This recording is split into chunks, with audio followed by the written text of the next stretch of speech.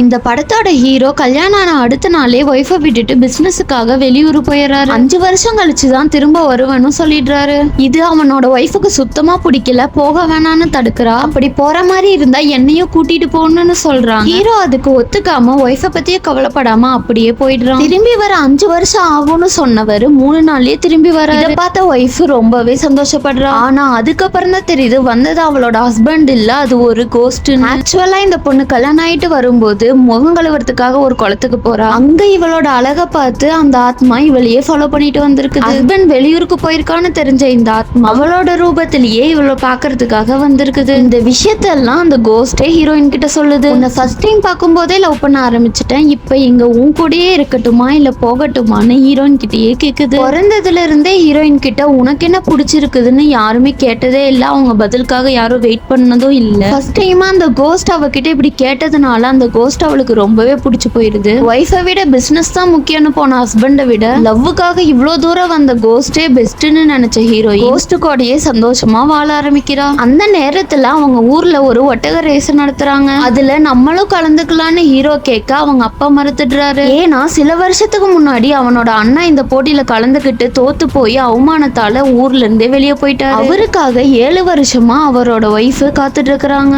ஆனா ஹீரோ ஒருவேளை நம்ம போட்டியில ஜெயிச்சா அண்ணன் திரும்ப வர வாய்ப்பு இருக்குன்னு சொல்ல அவங்க அப்பாவும் சம்மதிக்கிறாரு.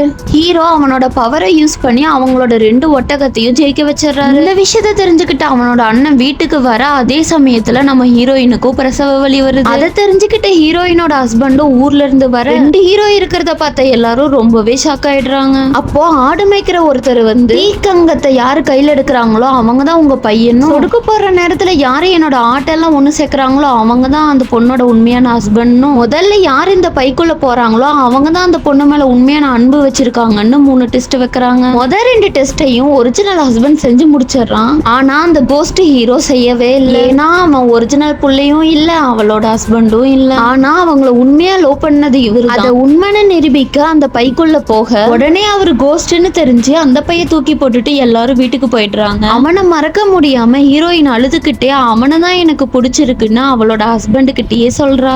அதுக்கு அவரு அந்த கோஸ்டே நான் தானே சொல்றாரு. லவ்வ நிரூபிக்கிறதுக்காக தான் அந்த பைக்குள்ள போயிருப்பாரு. அதுக்கப்புறம் அந்த பையில இருந்து வெளியே வந்து அவளோட ஹஸ்பண்டோட உடம்புலயே பூந்துரும். இது வரைக்கும் ஹஸ்பண்ட் உருவத்துல இருந்த ஹீரோ இப்ப ஹஸ்பண்ட் உடம்புக்குள்ளேயே இருக்கிறதுனால சந்தோஷமா ஹீரோயினும் அக்செப்ட் பண்ணிக்கிறாங்க.